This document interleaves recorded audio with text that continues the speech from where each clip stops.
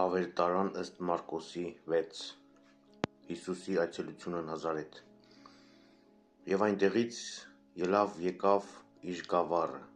և իր աշակերտները գնում էին նրա հետևից։ Երբ շաբաթ օր եղավ, սկսեց ժողովարանում ուսուցանել, և շատերը, երբ լսում էին նրան, զարմանում էին նրա վարդապետության վրա և ասում. այս բաները որտեղից են սրան, կամ ինչ է այս իմաստությունը, որ տրված է սրան, որ սրա ձեռքով այսպիսի զորավոր գործեր կատարվեն։ Սա Հյուսնի տղան և Մարիամի որդին չէ՞ միթե, Հակոբոսի և Հովսեփի ու Հուդայի և Սիմոնի եղբայրը, և սրա քույրերը այստեղ մեզ մոտ չեն։ Եվ նրանով գայթակղվում էին,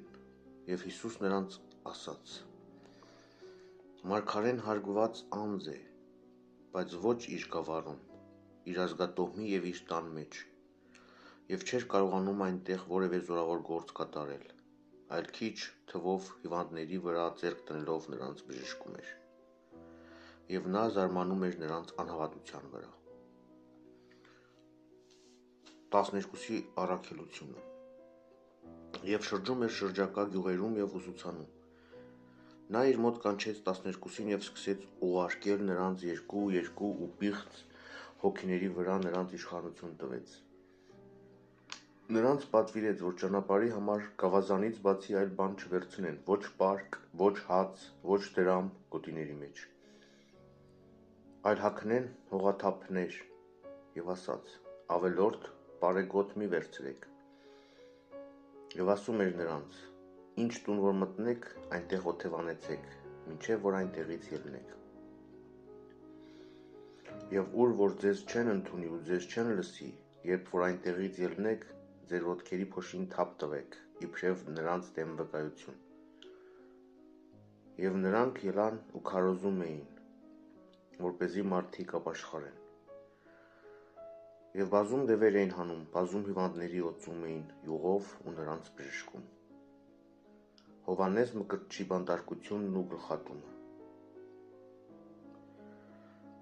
Եվ Հերովդես արքան լսեց այս բաները, որովհետև Հիսուսի անունը հայտնի էր դարձել, և նա ասաց. Հովհաննես Մկրտիչը հարություն է առել մեռելներից, և դրա համար զորություններ են գործվում նրա միջոցով։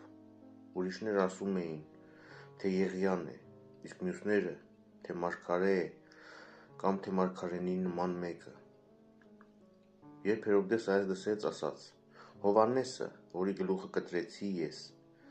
սա նա է, մեռելներից հարություն է առել։ Արդարև ինքը Հերովդեսն էր մարդ ուղարկել, ձերբակալել էր Հովհաննեսին, կապել նրան ու բանտարկել իր եղբոր Փիլիպոսի կնոջ Հերովդիայի պատճառով, քանի որ Հերովդեսը նրան իրեն կին էր դարձրել,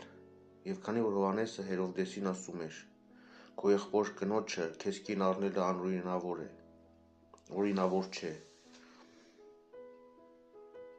Եվ Հերովդիան ոխ էր պահել նրա դեմ ու ուզում էր նրան սպանել տալ, բայց չէր կարողանում, որովհետև Հերովդեսը վախենում էր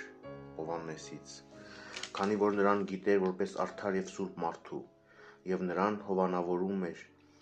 ու նրան անսալով շատ բաներ էր անում և քաղցրությամբ լսում էր նրան։ Սակայն մի հարմար օր եկավ, երբ Հերովդեսը իր ծննդյան տարեդարձի ընթրիքն էր տալիս իր նախարարներին,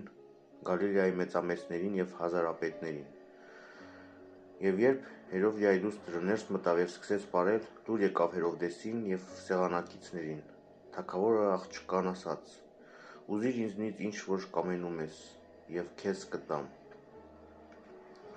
Եվ երդվեց նրան շատ անգամ, թե դու ինձնից ինչ էլ որ ուզես, կտամ քեզ, մինչև իսկ իմ թագավորության կեսը։ Աղջիկը դուրս գնալով իր մորն ասաց. ինչ ուզեմ, և սա ասաց. Հովհաննես Մկրտչի գլուխը։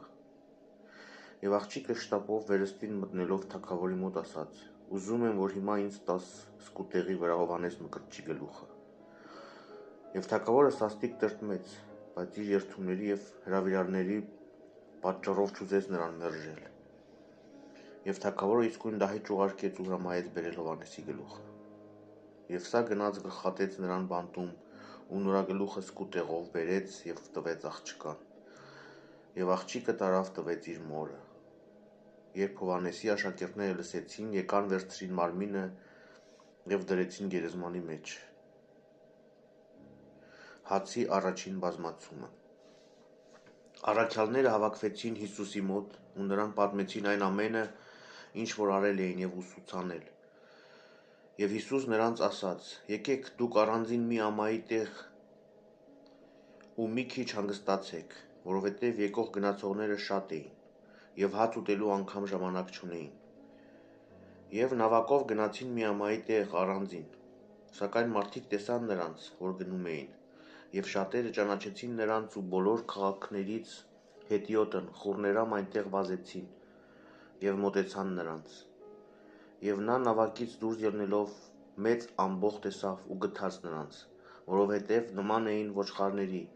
որոնք հովիվ չունեին, և սկսեց նրանց ուսուցանել շատ բաներ։ Երբ շատ ժամեր անցան, աշակերտները մոտենալով ասացին. «Սա ամայի տեղ է, մինչ օրը դեռ չի վերջացել, արձակիր այս ժողովրդին, որպեսզի գնան շրջակայքի ագարակներում և գյուղերում իրենց համար ուտելիք գնեն, որովհետև այստեղ ուտելու բան չունեն»։ Նա պատասխանեց նրանց և ասաց. «Դուք նրանց ուտելիք տվեք»։ Ասացին նրան. «Գնանք, գնենք 200 դահեկանի հաց և նրանց տանք ուտելու»։ Ասաց նրանց. «Քանի նկանակ ունեք, գնացեք տեսեք»։ Երբ իմացան, նրան ասացին. 5 նկանակ և 2 ձուկ։ Եվ նա հրամայեց խումբ-խումբ նստեցնել նրանց դալար խոտի վրա, և դաս-դաս նստեցին, տեղ-տեղ 100, տեղ-տեղ 50։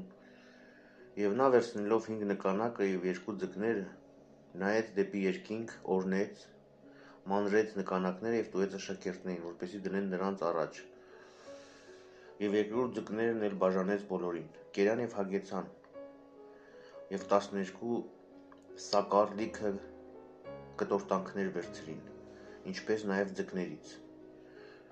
Եվ նրանք, որ կերան, մոտ 5000 հոգի էին։ Հիսուս քայլում է ծովի վրայով։ Իսկույն և էդ Հիսուս շտապեցրեց աշակերտներին, որ նավակ մտնեն և իրենից առաջ գնան հանդիպակաց կողմը, դեպի Բեթսայիդա, մինչև ինքը ժողովրդին արձակեր։ Եվ բաժանվելով նրանցից լեռը բարձրացավ աղոթք անելու։ Երբ երեկո եղավ, նավակը ծովի մեջտեղում էր, իսկ ինքը ցամաքի վրա։ Եվ տեսավ նրանց, որ հողմակոծ էին լինում թիավարելից, որովհետև քամին նրանց հակառակ կողմից էր։ Գիշերվա ուշ ժամին նա գալիս էր նրանց մոտ ծովի վրա քայլելով, և ուզում էր նրանցից առաջ անցնել գնալ։ Երբ նրանք տեսան, որ քայլում է ծովի վրա, կարծեցին, թե մի ուրվական է, և աղաղակ բարձրացրին, որովհետև ամենքը տեսան նրան և խռովվեցին։ Եվ նա իսկույն խոսեց նրանց հետ ու ասաց. «Քաջալերվեցեք, ես եմ, մի վախեցեք»։ Եվ նա նավակ բարձրացավ նրանց մոտ, և քամին դադարեց։ Եվ նրանք առավել ևս ապշել էին իրենց մտքում ու սաստիկ զարմանում էին, քանի որ մտքները բթացած լինելով չէին հասկացել նաև այն, ինչ վերաբերվում էր հացի բազմացմանը։ Բժշկումներ Գեննեսարեթում։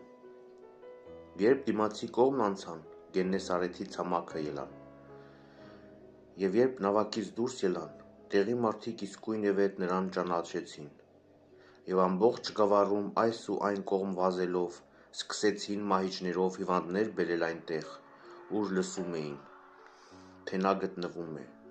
Եվ ուր որ մտնում էր, գյուղեր, քաղաքներ, թե ագարակներ, հրապարակներում դնում էին ախտերով տառապողներին և աղաչում նրան, որ գոնե իր զգեստիկ ղանցքներին դիպչեն, և ովքեր մի անգամ դիպան, բժշկվեցին։